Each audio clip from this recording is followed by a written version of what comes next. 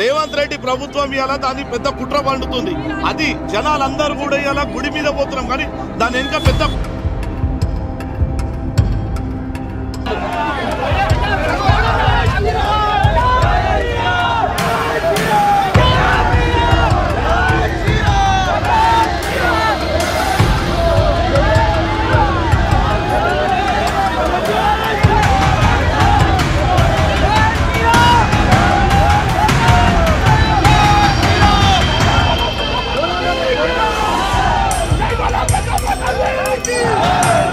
హిందువులు అంటే అంత అలసైపోయినరా? ఇప్పుడు వేరే వాళ్ళని వెళ్ళి అక్కడ దర్గాలను లేకపోతే రోడ్డు పైన ఉన్న చర్చిలను టచ్ చేయడానికి